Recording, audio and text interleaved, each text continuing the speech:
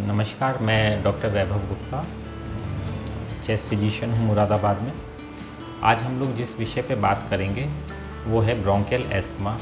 बहुत से लोग इसे दमा या सांस का मर्ज भी कहते हैं। तो ब्रोंकियल एस्थमा एक तरह का एलर्जी से होने वाली बीमारी है। हम लोगों के कुछ लोगों के खून में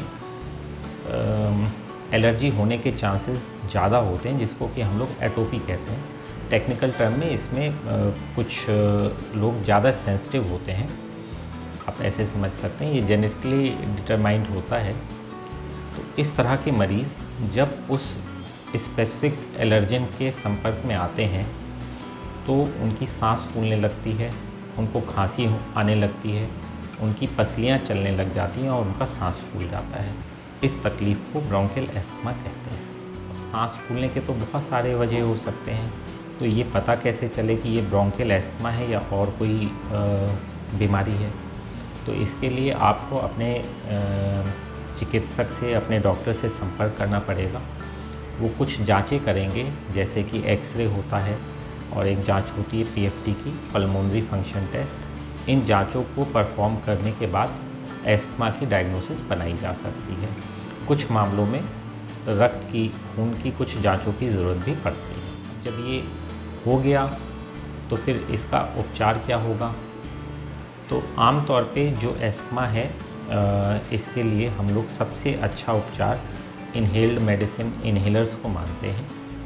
इनहेल मेडिसिन 3 तरह से दी जा सकती हैं। कुछ होते हैं जिसमें आप लोगों ने देखा होगा कि कैनिस्टर टाइप का होता है और उसको आप हिला के मुंह में लगा के खींचते हैं, तो इसको हम लोग कहते हैं एमडीआई डिवाइस। फिर एक होता है जो पाउडर कैप्सूल में भरा हुआ होता है और उस कैप्सूल को आप मशीन में डाल के खींचते हैं। इस तरह की डिवाइस को हम लोग कहते हैं डीपीआई, ड्राई पाउडर इनहेलर्स। और कुछ जो जब छोटे बच्चे होते हैं या आपने देखा होगा जो बहुत ही बुज़ुर्ग लोग हैं, उनको बिजली की से चलने वाली एक मशीन होती है नेबुलाइज़र, जो कि दवाई की भाप बनाती है और मरीज़ उसके द्वारा उस मशीन के द्वारा उस भाप को लेता है। तो इनहेल्ड मेडिसिन के 3 मोड हो सकते हैं और हर मरीज़ की ज़रूरत के हिसाब से ये अलग होता है। तो बेहतर होगा कि कभी भी आपको या किसी भी व्यक्ति को ब्रोंकियल एस्थमा हो तो वो अपने चिकित्सक से संपर्क करें। जो भी टेस्ट होंगे वो उनको करेंगे और जो आपके लिए उचित दवाइयाँ होंगी वो आपको प्रिस्क्राइब की जाएंगी। एक दूसरा ये है कि भाई ये तो दवाइयों के विषय में बात हो गई, क्या क्या सावधानी बरतनी चाहिए मरीज़ को। तो आम तौर पे जो भी मरीज़ होते हैं उनको तेज़ खुशबू वाली चीज़ों से बचना चाहिए।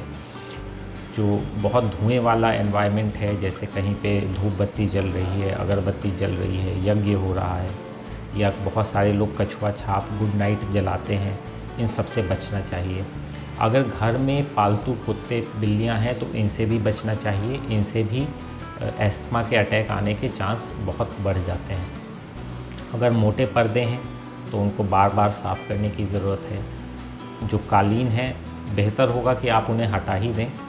अगर नहीं है तो उनको बार बार वैक्यूम करने की ज़रूरत है।